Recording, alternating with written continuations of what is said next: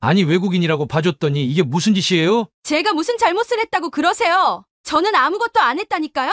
거참 젊은 사람이 안 되겠네. 매운맛 좀 보고 싶어? 다시 날씨가 더워지는 지금 제가 올해 초 한국과 일본에 다녀왔던 일이 생각이 납니다.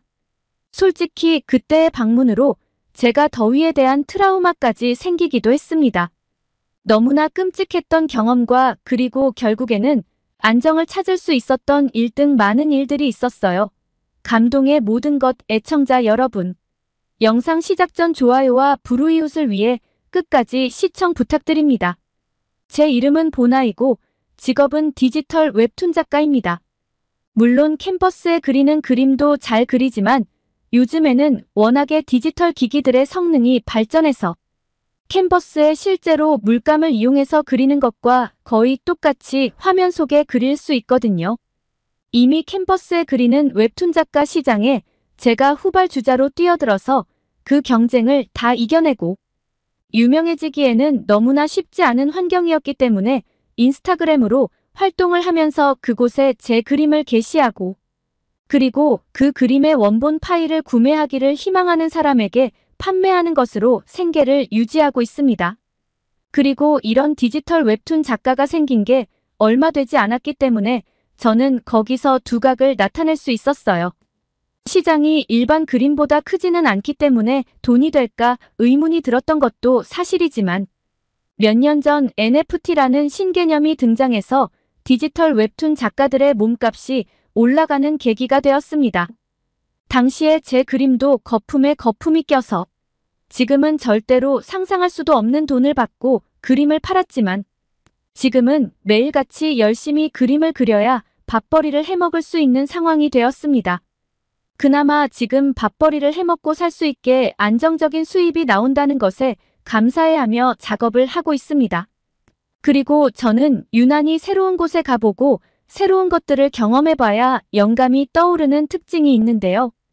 자리에 앉아서 상상만으로 그림을 그려내는 웹툰 작가들을 보면 그저 부러울 따름이죠. 반면에 저 역시 새로운 곳 새로운 경험을 하면 쉽게 영감이 떠오르기 때문에 이런 것들을 부러워하는 웹툰 작가들도 많다는 것을 알아요.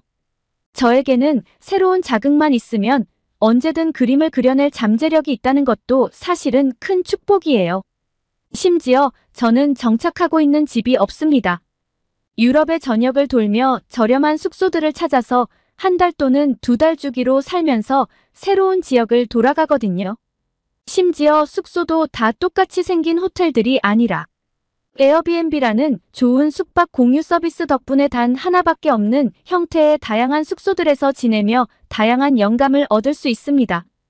게다가 월 단위로 예약을 하면 보통 25%에서 30%까지도 할인을 해주고 게다가 숙소의 호스트와 잘 이야기하면 거기서도 10% 정도 더 할인받을 수 있기 때문에 잘만 구하면 정말 저렴하게 지낼 수 있거든요.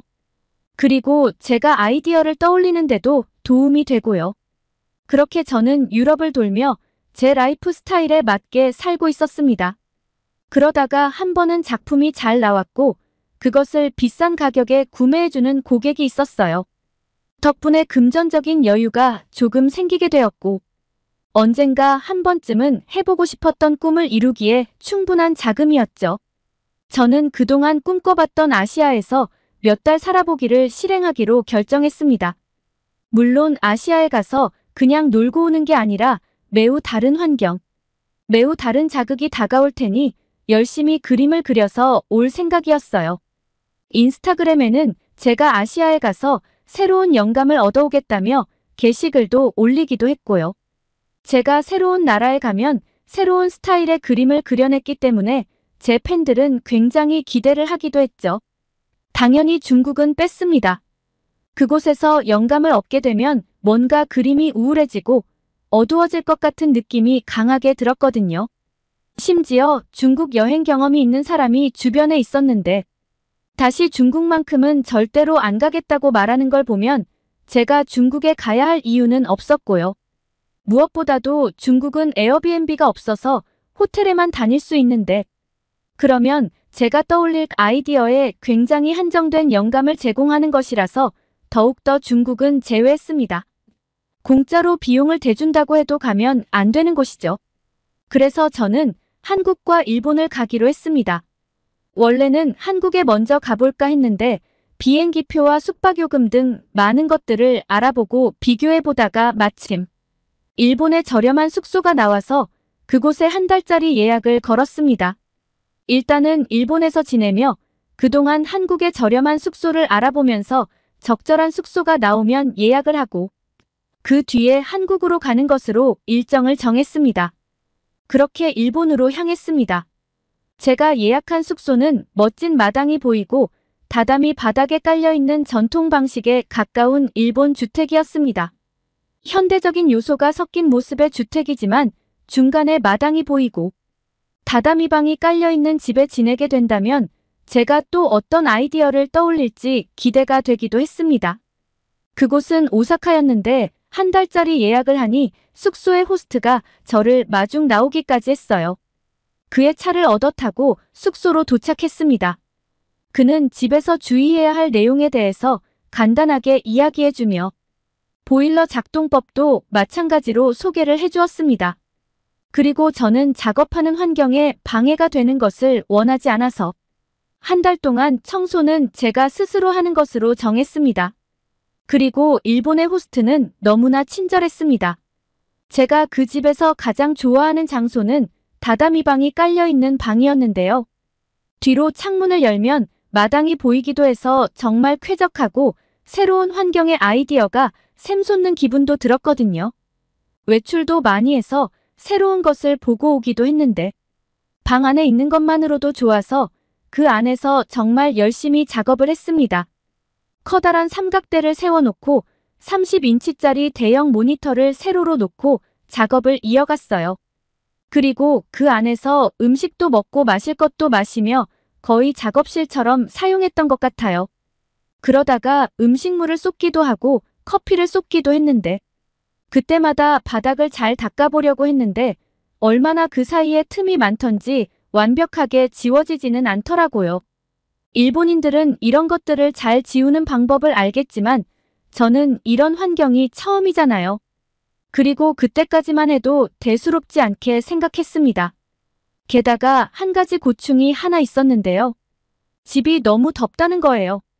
알려준 대로 에어컨을 잘 틀어도 너무나 더워서 아침에 눈을 뜰 때면 머리가 어지러울 정도로 아픈 날도 많았어요.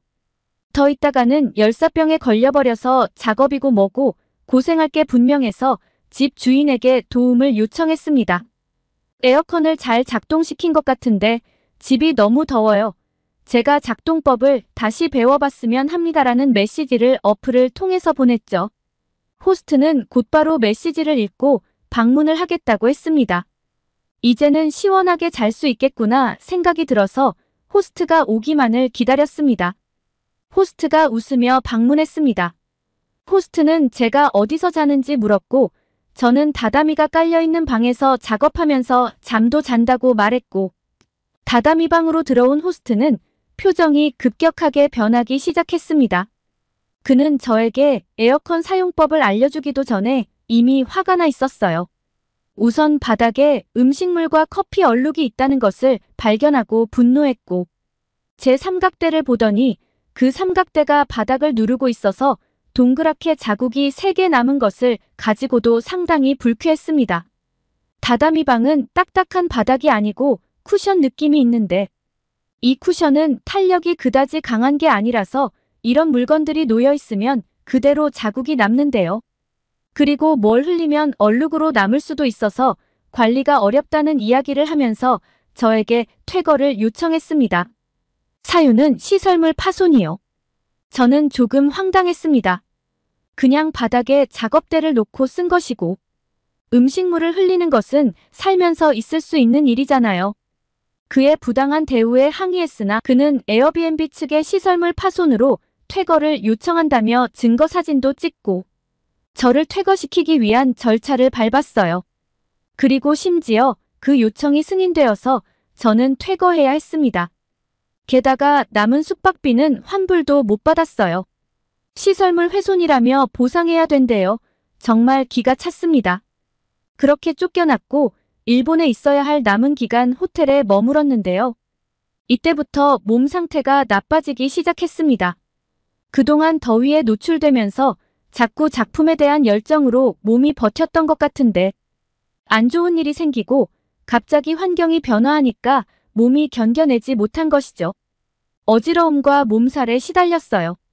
일본에서는 작품 한 개를 올리고 그 다음 작품을 만들고 있었는데 결국 완성시키지 못했어요. 일본에서 여러 가지 작품이 나올 것으로 기대했는데 겨우 한 개만 올라왔다며 실망하는 팬들도 있었습니다.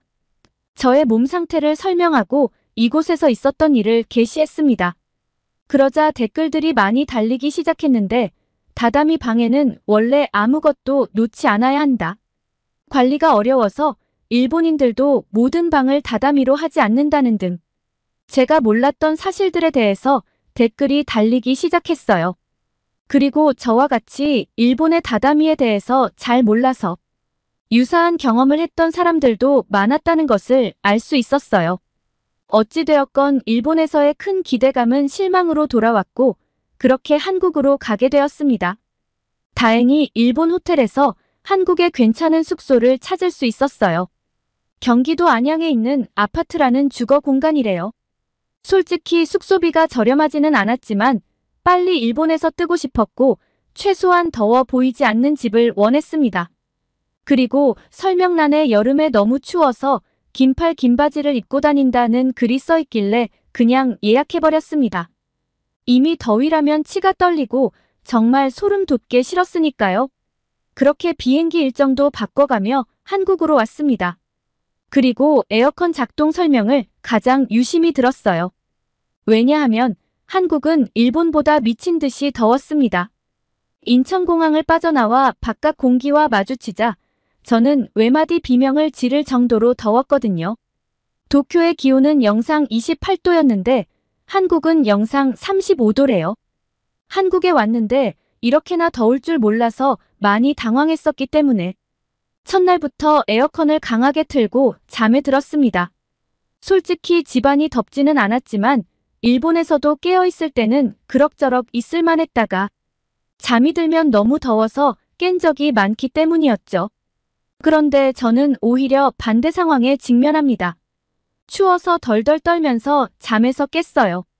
요즘 글로벌 온난화가 문제라더니 이상 기온이 있는 것인가 싶었습니다. 그리고 창문을 열어서 바깥 공기를 들어오게 했습니다. 하지만 바깥에서 미친 듯이 신선한 공기가 들이찼고 저는 한국의 집의 구조가 일본 집들보다 수십 배 좋다는 것을 알았어요. 아니 그 어떤 유럽의 집들보다도 시원했고요. 저는 다음 날 한국인 호스트에게 어제 에어컨을 틀었더니 너무 추웠다며 적정 온도가 몇 도인지 알려달라고 메시지를 보내야 했습니다. 한국인 호스트가 알려준 대로 적정 온도를 맞추고 나니 정말 너무나도 쾌적하게 잠을 잘 수 있었어요. 그리고 바닥이 너무 시원해서 바닥에 누워있다가 낮잠을 몇 시간씩 자버리기도 했어요. 그동안 몸 상태가 약해져 있던 것도 말끔하게 치유된다는 느낌을 받았습니다. 처음 며칠은 그 집에서 나가지도 않고 편의점에서 필요한 것만 사와서 집안의 포근함을 즐겼습니다. 제가 단편적으로 일본과 비교를 해서 그렇지 사실 한국 집은 유럽의 그 어떤 집들보다 포근합니다. 정말 이건 획기적인 방식의 보온입니다. 집 전체가 시원하니까요. 그렇게 며칠간 생전 처음 해보는 요양을 하고 나니 몸이 매우 개운해졌습니다. 외출도 하며 한국의 모습을 구경하고 그리고 제가 거기서 봤던 것을 기반으로 새로운 아이디어를 떠올렸습니다. 그래도 저는 한국의 아파트에 영감을 받아서 관련된 그림을 많이 그렸어요. 서울까지 안 가고 인천의 번화가만 가도 새로운 모습에 눈이 즐겁기도 했지만 추운 겨울이라서 그런지 집 안에 들어갈 때마다 느껴지는 온기가 너무나 기분을 좋게 만들어줘서 한국의 어떤 것들보다 한국의 아파트를 더 사랑하게 되었거든요. 제가 이런 것들 때문에 어떤 나라에 가든지 호텔에서 묵는 게 아니라 그 나라의 평범한 사람들이 살고 있는 곳에 가서 지내는 것이죠. 그리고 역시나 한국과 일본 모두 저에게는 굉장히 강렬한 기억으로 남았고요. 물론 일본에서는 굉장히 힘들었던 기억으로 남기는 했지만 또 결국에는 제 소중한 경험과 자산 아니겠냐는 생각을 가지고 긍정적으로 생각해 보려고 합니다. 그리고 한국에서의 기억은 포근함, 따뜻함으로 남아서 제가 한국 그림을 그릴 때마다 그림의 전반적인 색감이 주황색 쪽으로 가기도 하네요. 혹시라도 겨울에 한국 방문을 염두에 두고 계신 분들이 있다면 일반적인 호텔 말고 한국인들이 지내고 있는 평범한 아파트에 가서 한번 지내보는 게 어떨까 조심스럽게 추천해 봅니다. 후회하지 않는 선택이 될 거라고 확신하거든요. 그러면 다음 사연으로 넘어가겠습니다. 잠시만요. 택시 좀 세워봐요. 엄마 코피가 멈추지 않아. 도시로 가는 택시 안에서 한 미국 소녀의 코에서 피가 나기 시작했고 시간이 멈춘 것 같은 정적이 흘렀습니다. 그리고 그 정지된 순간 택시 운전사는 외과 의사 못지않은 숙련된 처치로 그 미국 모녀의 삶의 방향을 바꿔놓았습니다. 그 택시 운전사의 정체는 무엇일까요? 안녕하세요. 제 이름은 모니카입니다. 제 인생의 한국이라는 나라와 이토록 아름답고 복잡한 관계가 될 것이라고는 상상도 못했죠. 저와 한국과의 인연은 어머니의 마지막 순간이 계기가 되었어요. 어머니를 마지막으로 뵈었을 때가 기억이 나요. 항상 생기가 넘치던 그 눈동자는 세월과 질병의 끊임없는 행진에 굴복하여 점점 어두워지고 있었어요. 그녀는 내 손을 꽉 잡으며 여전히 싸우고 있고 여전히 나와 함께 있다는 무언의 메시지를 보냈어요. 그녀는 속삭이는 목소리로 나한테 뭔가 약속해줘야 해라고 말했어요. 나는 쏟아질 것 같은 눈물을 참으며 고개를 끄덕였어요. 뭐든지 엄마 한국으로 데려다 줄래? 어머니는 입가에 작은 미소를 지으며 말을 이어갔어요.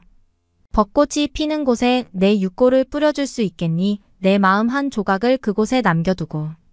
그 아름다움 속에서 쉬고 싶어. 그때는 어머니의 부탁의 깊이를 온전히 이해하지 못했어요. 한국에 가본 적도 없었고 그녀가 다녀온 여행과 그녀가 만났던 사람들에 대한 이야기만 들었으니까요. 하지만 그 순간 저는 그녀에게 약속했어요. 그것이 제가 그녀에게 한 마지막 약속이었어요. 그 후 며칠은 애도와 준비 그리고 내 나침반이 되어 주던 그녀가 없는 삶을 헤쳐나가려는 노력의 연속이었어요. 저는 어린 피치를 유일한 닻으로 삼고 슬픔의 바다에서 길을 잃고 표류하고 있었어요. 피치는 너무 어려서 상실을 이해하기 어려웠고 그 순수함이 제 아픈 마음을 달래주었어요. 우리는 생명의 계절인 봄의 한가운데서 한국으로 출발했지만 저는 새롭다는 느낌은 전혀 들지 않았어요. 비행 시간은 길었고 피치는 비행 내내 제 무릎에 머리를 기대고 잠을 잤어요. 저는 내 마음의 한 조각인 피치를 보며 어머니가 나를 바라보며 느꼈을 감정이 궁금해졌죠. 인천국제공항에 착륙하는 순간 다른 세상에 온 것 같았어요. 외국어의 합창 읽을 수 없는 문자로 그려진 표지판, 낯선 향신료의 향기가 공기를 가득 채우고 있었어요. 압도적이고 혼란스러웠지만 저는 약속을 지키기 위해, 제게 모든 것을 준 여인을 위해, 마지막 사랑에 보답하기 위해 이곳에 왔어요. 우리는 택시를 타고 어머니가 많은 시간을 보냈던 도시로 향했고, 어머니는 그곳을 이야기 속 등장인물이 될 정도로 애정을 가지고 묘사했어요. 택시 안에서 바라본 도시는 신문을 보는 노인들, 휴대폰으로 사진을 찍는 젊은 여성들, 게임을 하며 낄낄대는 아이들 등 매우 붐비었어요. 그런데 예고도 없이 피치의 코에서 피가 나기 시작했어요. 갑자기 피치의 창백한 피부가 선명한 붉은색으로 변하는 순간 공포가 밀려왔어요.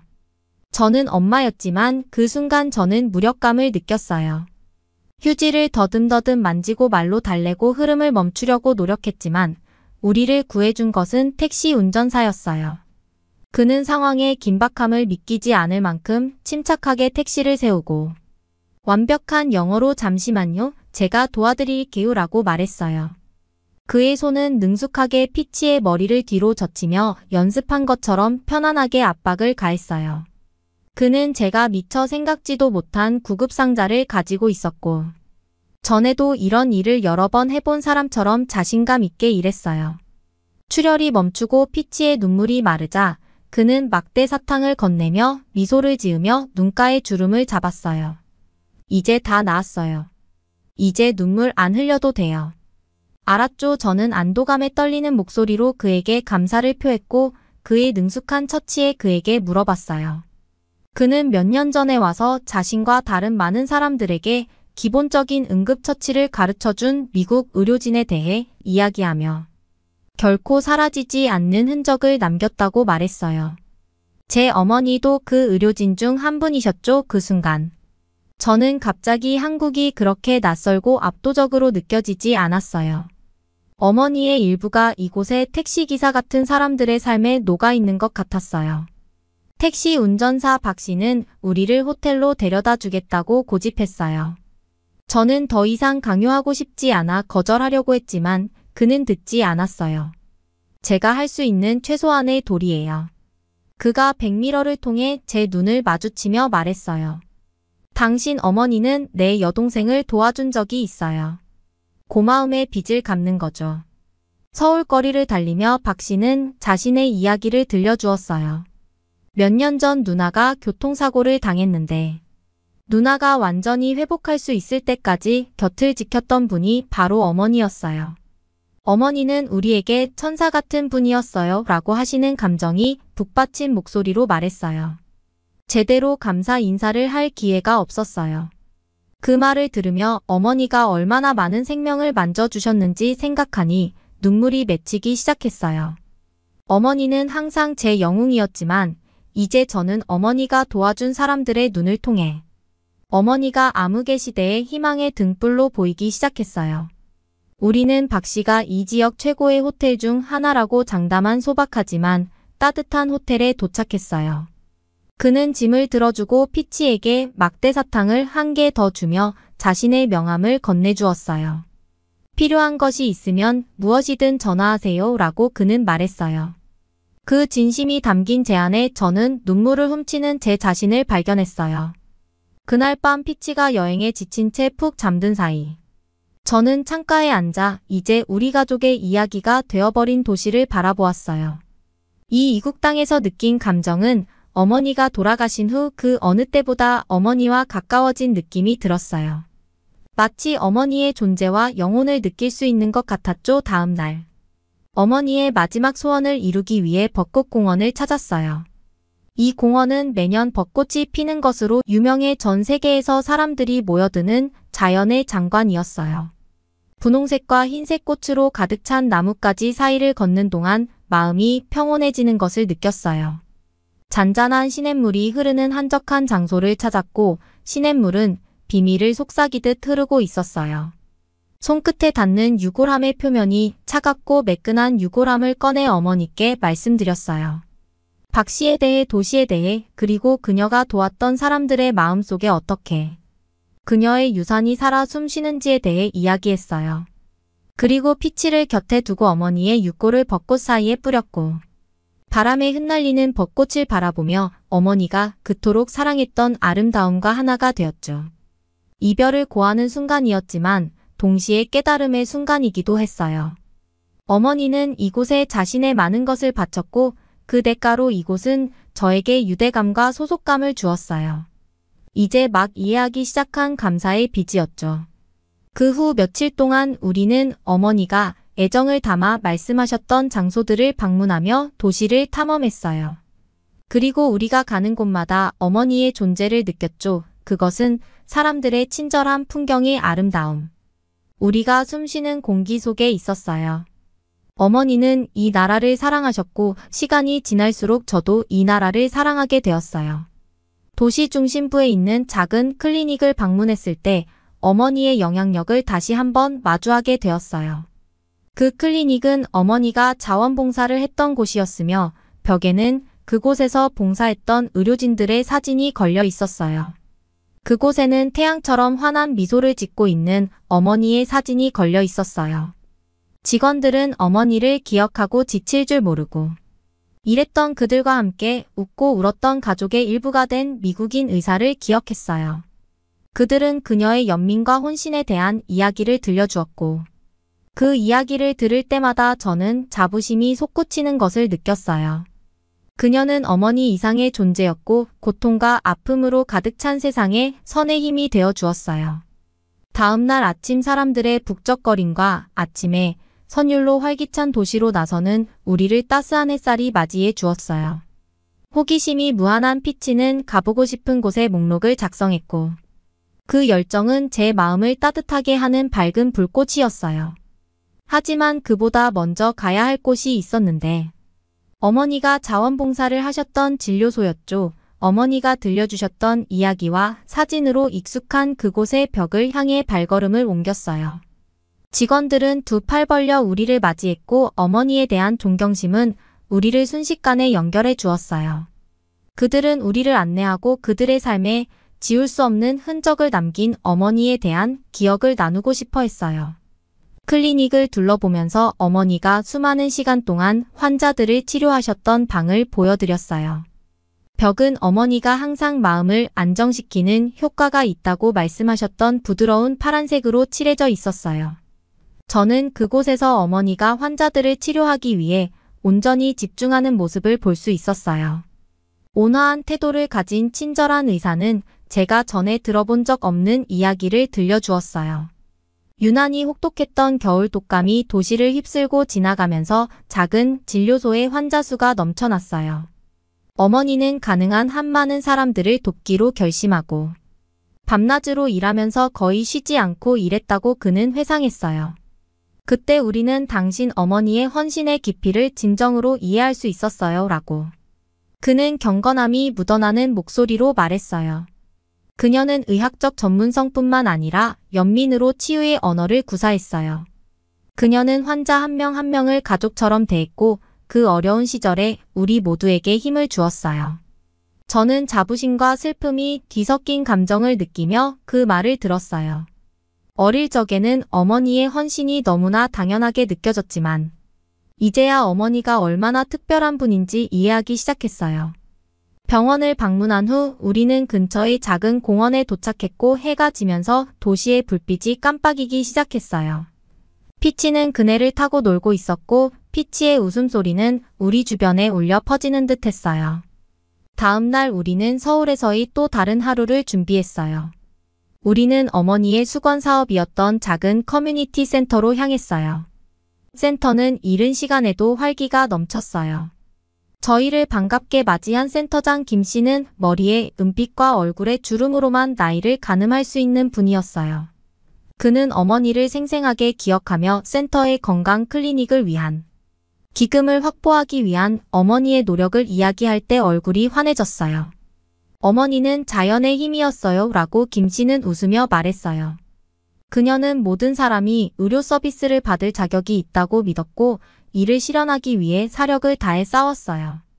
김 씨와 저는 어머니가 어려운 가정에 식료품을 사다 주셨더니 아픈 아이를 위로하며 보낸 밤센터의 번영을 위해 개인적으로 희생하신 1등 잘 알려지지 않은 어머니의 친절에 대한 이야기를 나누었어요.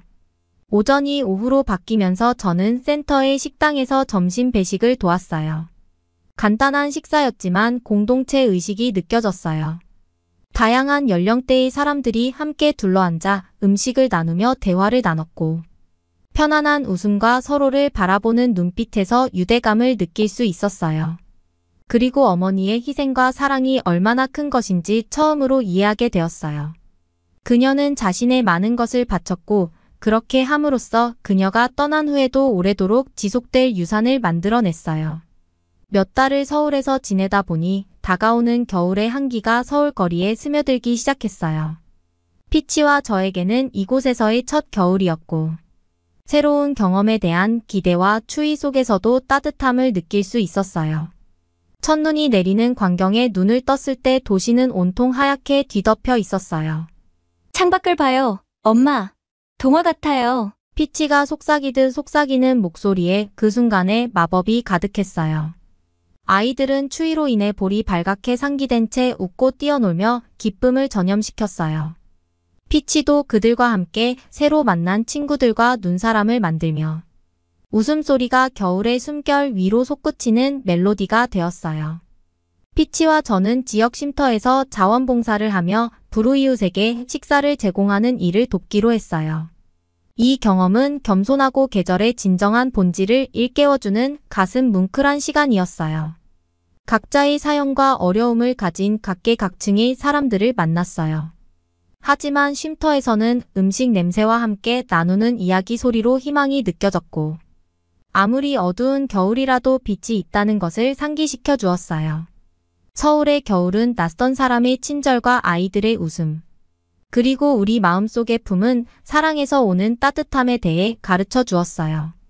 추위와 따뜻함, 그리움과 새로운 추억, 눈의 아름다움과 사람의 따뜻한 온기가 공존하는 대조적인 계절이었죠. 겨울의 추위는 소리 없는 파수꾼처럼 서울을 뒤덮었고, 성에가 낀 창문과 입김이 안개로 변한 공기에서 그 존재감을 느낄 수 있었어요. 겨울의 한가운데가 지나고 설날의 축제 분위기가 남아있는 서울은 남녀노소 모두에게 온정을 베풀었어요.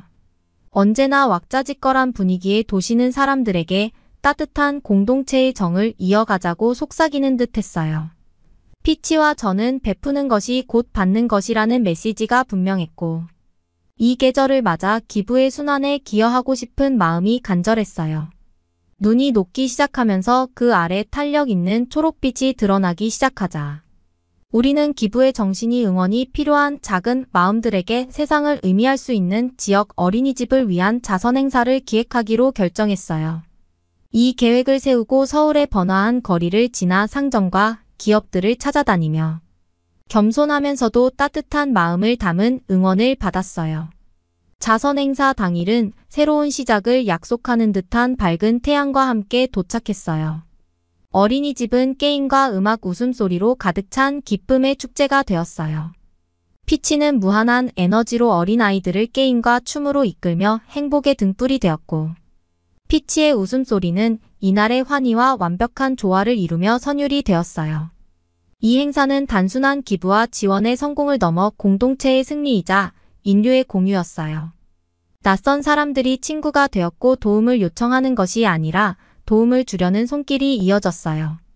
하루가 끝나갈 무렵 아이들은 피치와 제 주위에 모여 작별 인사를 나눴어요. 아이들의 포옹 감사의 선물이었고, 아이들의 미소는 우리가 이루고자 했던 것의 정수를 보여주었어요. 우리는 아이들의 삶에 작은 빛이 되기를 바랐지만, 집으로 돌아가는 길에 그 빛이 우리 자신의 길도 비추고 있다는 것을 깨달았어요. 그날 저녁 아늑한 거실에 앉아 그날의 일들이 머릿속을 맴돌고 있을 때, 피치가 생각에 잠긴 표정으로 저를 바라보았어요. 엄마, 남을 돕는다는 건 정말 기분이 좋지 않아요. 피치는 저를 바라보며 긍정의 눈빛으로 물었어요. 그래 얘야, 나는 피치의 손을 잡고 대답했어요. 기부를 할 때 우리는 많은 기쁨과 사랑의 마음을 열게 됩니다. 우리가 할 수 있는 가장 아름다운 일 중 하나예요. 피치는 고개를 끄덕이며 엄마, 여기뿐만 아니라 우리가 가는 모든 곳에서 계속 베풀고 싶어요. 라고 말했죠. 저는 피치의 그 단순한 대답에서 우리 앞에 펼쳐질 미래, 피치가 서울에서 배운 교훈을 가슴에 품고 나눔의 정신이 그녀의 존재 일부가 될 미래가 보였어요. 우리는 어머니를 잃은 후 치유와 새로운 길을 찾기 위해 이 도시에 왔고, 그 과정에서 훨씬 더 많은 것을 발견했어요. 우리를 포용하는 공동체, 우리를 풍요롭게 하는 전통, 연결의 가치를 가르쳐주는 문화를 발견했어요. 하지만 무엇보다도 가장 중요한 것은 나눔의 선물, 진정한 사랑의 표현, 그리고 우리가 물려줄 수 있는 가장 심오한 유산을 배웠다는 점입니다. 피치를 침대에 눕히자 기쁨으로 베풀고 풍성하게 받았던 마음의 안식처인 피치는 쉽게 잠이 들었어요. 달빛이 피치의 평화로운 얼굴에 은은한 빛을 비추는 모습을 바라보며 서울에서의 여정이 단순한 삶의 한 장이 아니라 모든 친절과 교감의 순간, 소중히 간직할 추억과 함께 계속 써내려갈 이야기라는 것을 알 수 있었죠. 그러면 다음 사연으로 넘어가겠습니다. 한 여성이 바둑을 맹연습하고 있는 뒷모습이 보이네요. 그녀를 가까이 따라가 보겠습니다. 가까이서 보니 바둑 실력이 정말 대단한데요. 따르릉 갑자기 전화벨이 울리더니 그녀가 씩씩대며 전화기가 있는 쪽으로 향합니다. 그러더니 이내 고래고래 악을 지르기 시작하는데요. 이거 사기인 거 나 다 알아요. 누굴 바보인 줄 알아요. 당신 나라 한국으로 돌아가요. 당장! 대체 한국 사람이 그녀에게 어떤 행동을 했길래 그녀가 저렇게까지 화를 내는 걸까요? 그녀가 어떤 위기에 빠진 것은 아닐까요? 함께 그녀의 사연을 살펴보도록 하죠. 저는 폴란드에서 바둑 선수로 활동하고 있는 제니퍼라고 합니다. 저는 결혼을 해서 아이도 있는 엄마예요. 눈에 넣어도 아프지 않은 딸이 한 명 있죠. 요새는 사춘기라 저랑 잘 이야기를 나눠주지는 않지만요. 바둑이라는 스포츠는 그나마 나이대가 높은 선수들도 꽤 있는 편인 것 같아요. 그리고 우리나라 안에서 바둑 종목의 인기가 꽤 나쁘지도 않아서 대우도 나쁘지 않죠. 제가 늦은 나이에 바둑 선수가 직업이 된 건 정말 우연한 기회였어요. 이제 아이도 많이 컸고 원래 했던 직업으로 돌아가려니 그동안 쉬었던 그 공백 기간이 제 발목을 잡았죠. 이젠 드디어 뭐든 할 수 있을 것만 같았는데 아무것도 아무 일도 할 수 있는 게 없더군요. 그렇게 무기력하고 막막한 상태로 지내고 있던 어느 날 우연히 바둑 경기를 보게 됐고 확 집중이 되더라고요. 무언가 하나씩 해결해 나가는 모습이 아무것도 해결하지 못하고 실타래가 꼬여버린 저 같은 사람에게는 해소감을 주더군요. 그래서 무작정 동호회에 가입을 했고 배우면 배울수록 재미있었어요. 시간이 날 때마다 연습을 했고 연습량이 늘어서 그런지 점점 실력도 쌓이더라고요. 실력이 쌓일수록 더 잘하고 싶은 욕심도 생겼습니다. 무언가에서 성취감을 얻는다는 게 저에게는 너무 오랜만에 겪는 감정이었거든요. 제가 바둑을 애정하는 만큼 좋은 결과 성과도 얻었습니다. 그러던 어느 날 우리 선수들이 모여있는 사무실로 한 통의 전화가 걸려왔어요. 저를 찾는 전화라고 하더군요. 저는 의아했죠. 저를 찾을 거면 휴대폰으로 걸면 될 텐데 누굴까 궁금했어요. 전화를 받아보니 한국이라는 나라에 그것도 방송국 PD라는 사람이 전화를 걸었다고 하더군요. 이번에 대회 상금을 굉장히 높게 걸어서 한국의 한 리조트에서 챔피언십을 진행한다고 하는데 저에게 참여하는 게 어떻겠냐는 거였죠. 선수 2명만 추려서 말이에요. 우리가 와서 한국 외 각국 선수들과 대회를 진행하는 모습들을 생생히 찍을 거라고 말해주었죠. 올 선수는 우리 측 팀에서 선별해서 오는데 꼭 제가 있었으면 좋겠다고 제안을 했어요. 저는 조금 생각해 본다는 이야기만 한 채 끊으려 했는데 더 믿기 힘든 이야기를 했어요. 제가 온다면 우리 선수들의 항공비와 숙소비는 물론 식비 거기서 지내는 동안 여가비, 문화비 지원도 가능하며 통역사도 그리고 출연료는 대회 상관과는 별개로 또 지급한다고 말했죠. 너무나 파격적인 제안에 저는 순간 어안이 벙벙해졌습니다. 다른 동료들이 통화를 끊고 멍한 표정을 짓고 있는 저에게 와서 무슨 일이냐, 무슨 전화냐 걱정을 하며 물었습니다. 저는 너무 어이가 없을 만큼 이상한 제안에 아무 일도 아니라고 말하며 그냥 그날은 그렇게 넘어갔습니다. 집에 가서 남편에게 이 이야기를 하니 요즘 사기꾼이 많으니 조심하라고 하더군요.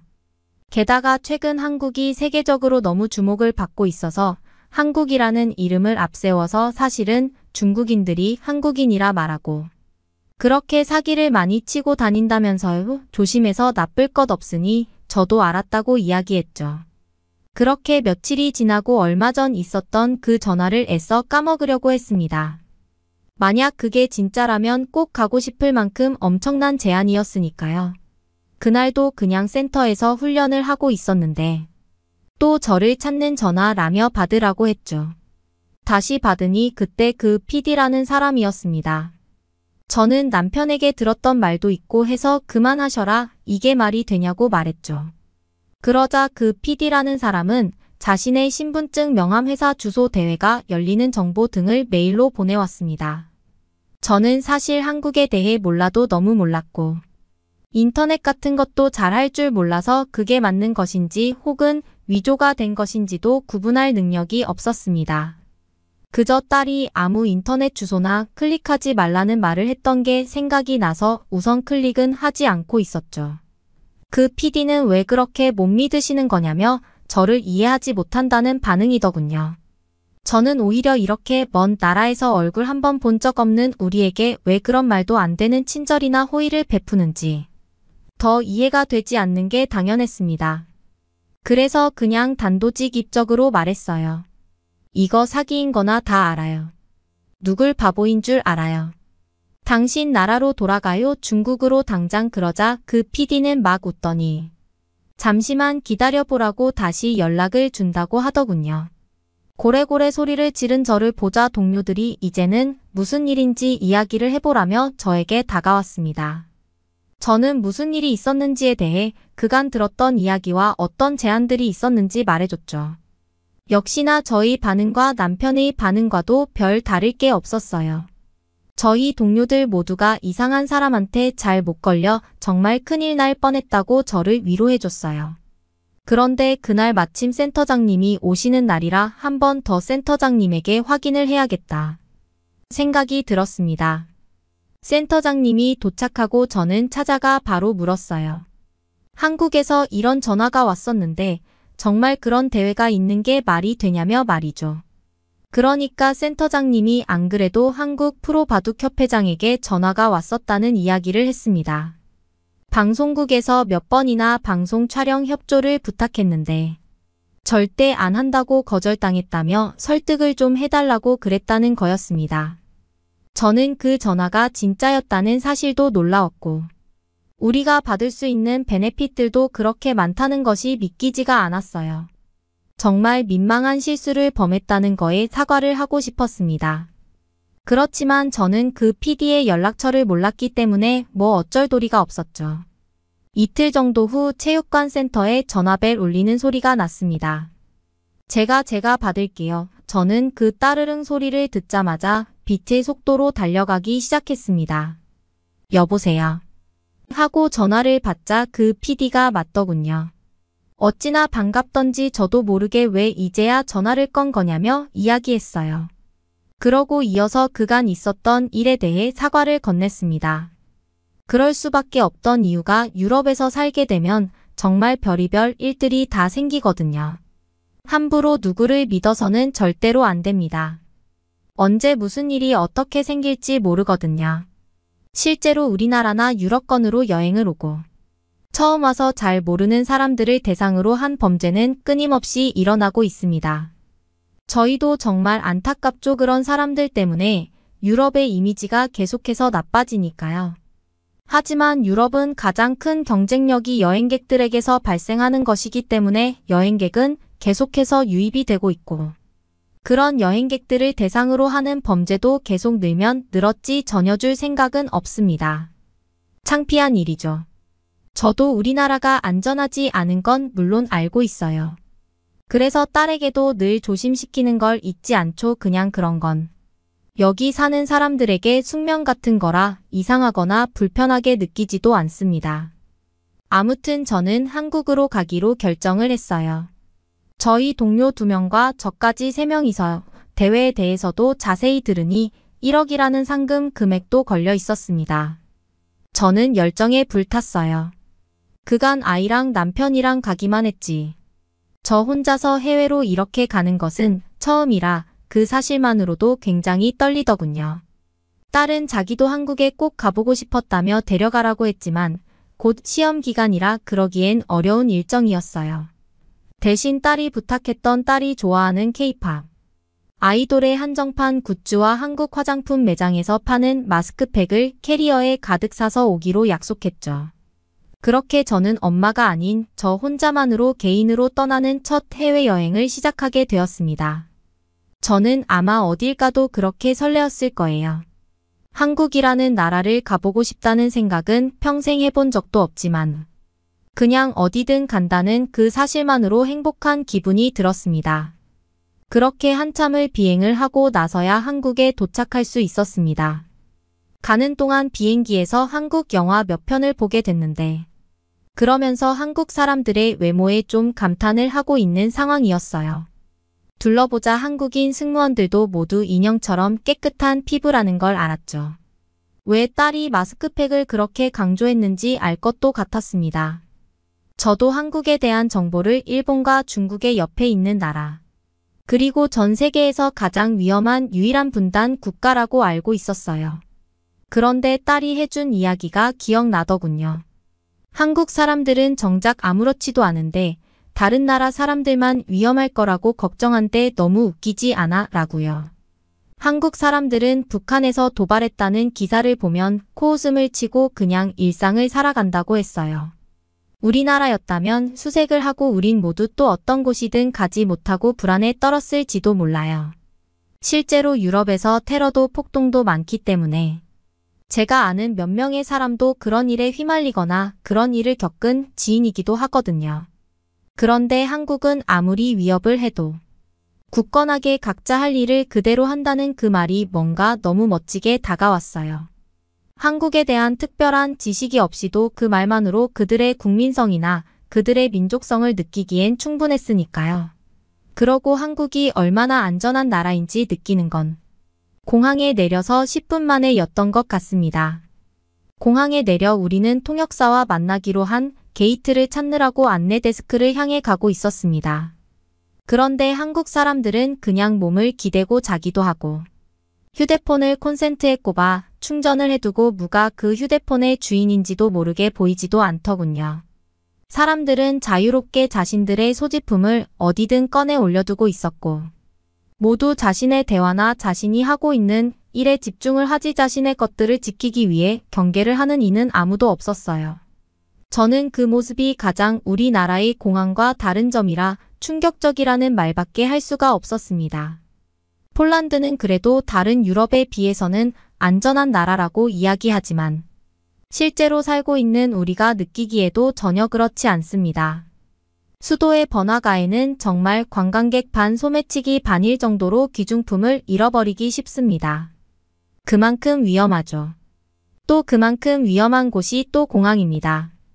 공항은 사람들이 잘 흥분하고 원래 컨디션과 같지 않을 경우가 많잖아요. 그때를 틈타 사람들에게 피해를 입히는 일이 많죠. 그런데 한국의 공항은 우리나라의 공항과 전혀 다른 모습이었습니다.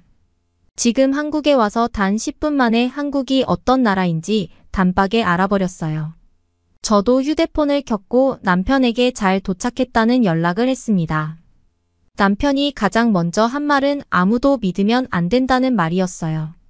그건 뭐 우리나라에서는 당연한 이야기였죠. 정말 그런 일일 수도 없이 겪었고 그런 사람들을 많이 봐왔으니까요. 조심 또 조심해야겠구나 생각을 하고 드디어 우리는 통역사와 만났습니다. 안녕 반가워. 제가 유일하게 연습해 간 한국말이었어요. 그 통역사는 아주 옛되어 보이는 주혁이라는 친구였어요. 대학원생이라고 하더군요. 저는 사실 많아봤자 고등학생 정도로 봤는데 한국인들은 정말 똥아닌 것 같아요. 사람들의 나이를 가늠할 수가 없겠더라고요. 우리는 주역을 따라다니기로 했어요. 그래도 남편이 말해준 대로 절대로 모든 걸 믿지는 않고 경계를 하자 생각이 있었어요. 주혁은 방송국 PD와 만나기로 한 장소로 이동하자고 했습니다. 저와 우리 팀까지 총 3명은 그를 따라 움직였죠. 택시를 타고 움직였는데 택시가 작은 택시부터 아주 큰 밴 모양의 택시까지 원하는 대로 골라서 타기만 하면 됐죠. 차량 내부에 타니 무선 충전은 물론 비즈니스석처럼 생긴 좌석 모양의 우리는 서울까지 아주 발까지 뻗고 편하게 도착할 수 있었어요. 드디어 저희 소리 지르는 걸 들었던 방송국의 PD를 만나러 도착한 순간이었습니다. 저는 사실 어디로 숨고 싶은 마음이 컸어요. 무척이나 쪽팔렸거든요. 제가 얼마나 의심하고 버럭 화를 냈는지 분명히 기억하고 있으니까요. 저와 그간 통화를 나눴던 PD는 예진이라는 사람이었어요. 정말 여리여리한 소녀더군요. 목소리로 들었을 때와는 너무 다른 외모에 저는 놀랄 수밖에 없었죠. 분명히 보내준 신분증 사진엔 이렇게 마른 줄 몰랐거든요. 아와서 생각해보니 한국 사람들 중에선 비만을 거의 못 본 것 같다는 생각이 들었어요. 식습관이 좋다는 걸 음악 유튜브 채널에서 본 적이 있는데 비만율도 거의 없는 걸 보고 선한국의 모든 것들이 괜히 이슈가 되는 건 아니라는 게 새삼 느껴졌습니다. 예진 PD는 우리에게 한국에서 임금이나 수입이 생길 경우에 작성해야 하는 계약서와 필요한 서류들이 있다고 말했어요. 그리고 증명사진도 달라고 했죠. 제가 그걸 챙겨야 한다고 동료들에게도 말해주기로 해놓고 깜빡해버린 겁니다. 유럽에서는 정말 증명사진이 필수로 필요하기 때문에 우리도 다 여러 장씩 가지고 있는데 그걸 까먹고 두고 오다니 뭐 제 잘못이니까요. 한국에서 제 돈으로 새로 다 찍어줘야겠다 생각했어요. 그래서 저는 주혁에게 사정을 말하고 사진을 찍으러 갈 수 있게 도와달라고 말했죠. 하지만 우리 셋이라고 치면 인당 5에서 7만 원이 기본인 우리나라의 가격을 생각하니 부담스러운 비용이긴 했죠. 제 표정이 침울해 보였는지 예진 PD는 저에게 왜 그러냐 묻더군요. 그래서 저는 그냥 솔직하게 말했습니다. 아줌마라 깜빡깜빡해서 이런 일을 만들었다고 미안하다고 하면서요. 제가 책임을 지겠다고 말했죠. 예진 PD는 괜찮다고 웃으며 여기 앞에 24시간 무인 사진관이 있으니 거기서 해결하면 된다고 말하는 거였어요. 아니 무인이라니 그러고 24시간이라니 우리나라였으면 아마 그 기계를 싹 뜯어갔을지도 모르겠다는 생각이 들면서 웃음이 피식하고 나더군요. 우선 우리는 모두 배가 고픈 상태라 다 같이 모여 떡갈비라는 음식과 함께 맛있는 식사를 했습니다. 한국 음식은 하나하나 나올 때마다 사진을 찍기 바쁠 정도로 아름다웠어요. 그냥 일반 한식집이라고 분명히 들었는데 마치 고급 레스토랑에서 코스 요리가 나오는 색감이 조화로웠습니다. 저는 찍는 사진마다 기다리고 있을 우리 딸과 남편에게 보내주었어요. 연애할 때 이후로 남편이랑 이렇게 많이 연락을 했던 게 처음이었던 것 같네요. 예진 PD가 말한 대로 정말 무인 사진관이 있었어요.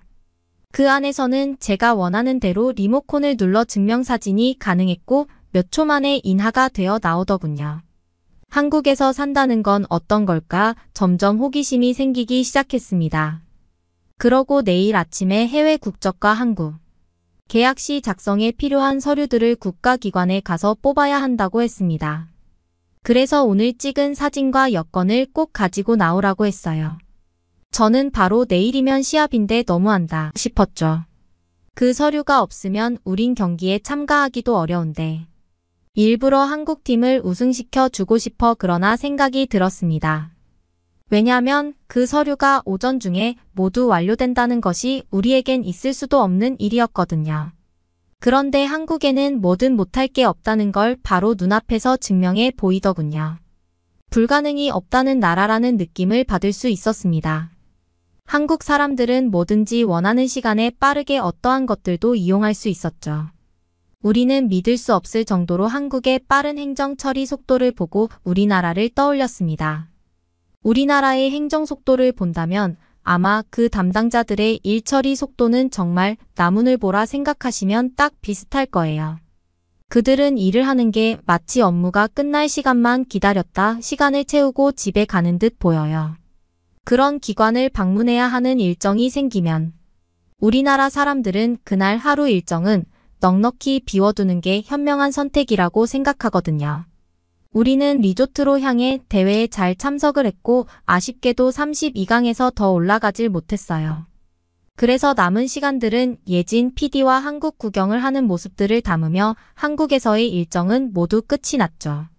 저는 예진 PD에게 정말 고맙다는 손편지를 작성해서 건넸어요. 처음 시작은 우리가 비록 삐걱거렸지만 덕분에 이렇게 더 넓은 세상을 볼 수 있게 해줘서 고마웠다. 고 저의 진심을 담고 담아 적었죠. 한국을 돌아다니면서 느낀 것은 제가 모르고 오길 오히려 잘했다는 생각이 들었어요.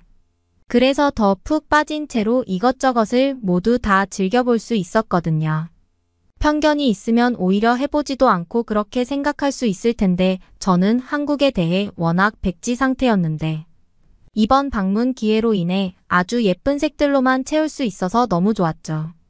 그렇게 다시 저는 저희 가정으로 돌아갔습니다. 딸이 말한 마스크팩을 캐리어에 가득 싣고서 말이에요. 그런데 남편이 저에게 물었습니다. 한국에 가서 조금 살아보지 않겠느냐고 말이에요. 무슨 일이냐 물었더니 제가 그렇게 마치 연애할 때처럼 돌아가 행복해하는 걸 정말 오랜만에 본 것 같다고 행복할 수 있는 곳에 가서 살자는 의견이었어요. 저는 새로운 시작을 해보기 위해 그의 말대로 따르기로 했죠. 그래서 우리 가족은 한국으로 가서 살 수 있는 비자를 알아보고 서류를 발급하러 다니고 있는데요. 아마 한국에서는 하루 이틀이면 되고도 남았을 그 시간들을 여전히 저는 여기서 아직도 이렇게 순서표를 뽑고 기다리고 있네요. 아직도 준비해야 할 서류는 산더미인데 저는 그 많은 시간들을 이제 더는 못 기다리겠어서 답답하고 초조한 마음뿐이네요. 다음 달에는 저도 한국에 갈 수 있겠죠. 부디 그러길 바랍니다. 여러분은 어떻게 보셨나요? 응원과 격려의 한마디씩을 댓글로 남겨주시기 바랍니다. 사연자분들께 전달해드리겠습니다. 실제 사연 제보를 받고 있습니다.